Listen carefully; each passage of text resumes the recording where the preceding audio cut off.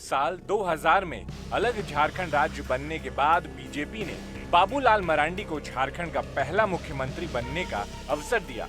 लेकिन वर्ष 2005 में अर्जुन मुंडा के नेतृत्व में सरकार बनने के बाद बाबूलाल मरांडी की पार्टी नेतृत्व से नाराजगी ने उन्हें बीजेपी का दामन छोड़कर खुद की पार्टी का गठन करने को मजबूर कर दिया। वर्ष 2020 में वे फिर से बीजेपी में शामिल हो गए। अब प्रदेश अध्यक्ष बनते ही बाबूलाल ने संकल्प यात्रा निकालकर हेमंत सरकार को उखाड़ फेंकने का दम भरते नजर आ रहे हैं। वहीं झामुमो संकल्प यात्रा को लेकर सवाल खड़े कर रही है।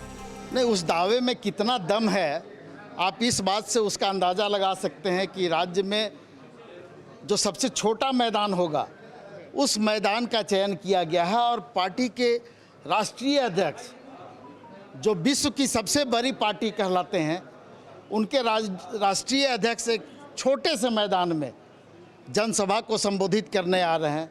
तो इससे आप अंदाज़ा लगा लें कि जो भारतीय जनता पार्टी का दावा है वो कितना खोखला है। तो पहले से ही डर चुके हैं। निश्चित रूप से जब डरे हुए हैं तभी इस स्थान का चयन किया गया है।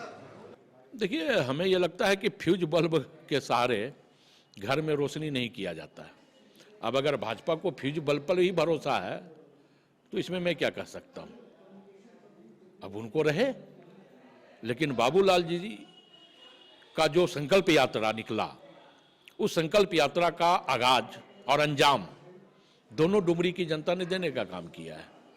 तो स्वाभाविक तौर पे संकल्प यात्रा की शुरुआत के दिनों में ही उसका समापन हो चुका है।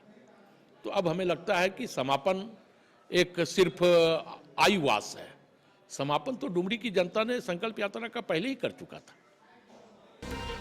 सियासी गलियारों में तो चर्चा ये भी है कि बीजेपी ने राज्य इकाइयों का कलेश मिटाने के लिए नया फॉर्मूला निकाला है। पहले अर्जुन मुंडा को केंद्र की राजनीति से जोड़ दिया गया, उसी तरह रघुवर दास को हाल में ही उड़ीसा का राज्यपाल बनाकर उन्हें संवैधानिक पद के दायरे में सीमित कर दिया गया। एक तरह से कहा जाए तो इस रणनीति के तहत बाबूलाल को राज्य की राजनीति में फ्री हैंड दे दिया गया है।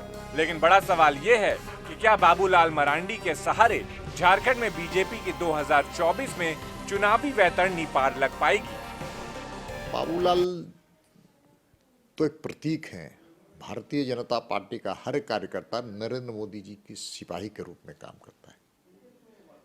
हमारे यहाँ व्यक्ति प्रधान नहीं है, परिवारवाद पर आधारित राजनीति हम नहीं करते हैं। हम शिबू सोरेन के बेटा और फिर बेटे के बाद उनका बेटा, उनकी पत्नी, उनके भतीजा, इस आधार पर राजनीति हम करने वाले लोग नहीं हैं।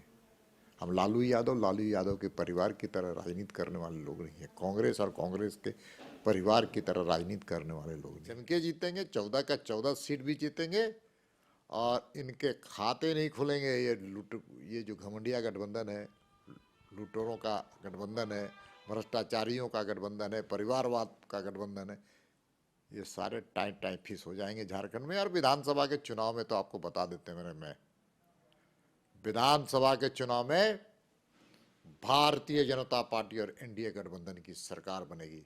बीजेपी के केंद्रीय नेतृत्व ने बाबूलाल के हाथ में कमान सौंपकर राज्य के मुख्यमंत्री के ऊपर एक दबाव डालने की कोशिश की है और साथ ही कई अन्य मोर्चे को साधने का कोशिश भी किया है।